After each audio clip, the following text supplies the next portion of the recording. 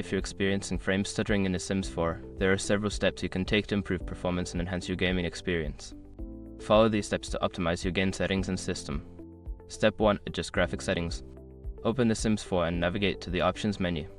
Under the Graphics tab, lower the graphics quality settings. Reducing settings like texture quality and turning off VSync can help improve frame rates. Step 2. Update your drivers. Ensure that your graphics card drivers are up to date. Visit the manufacturer's website, NVIDIA, AMD, or Intel, and download the latest drivers. Keeping your drivers updated can significantly enhance performance. Step 3. Close background applications. Before launching the game, close any unnecessary applications running in the background. This frees up system resources and can help reduce stuttering while you play. Step 4. Modify game files. Consider adjusting the game's configuration files for better performance. Navigate to the Sims 4 installation folder and locate the graphics rules (SGR) file.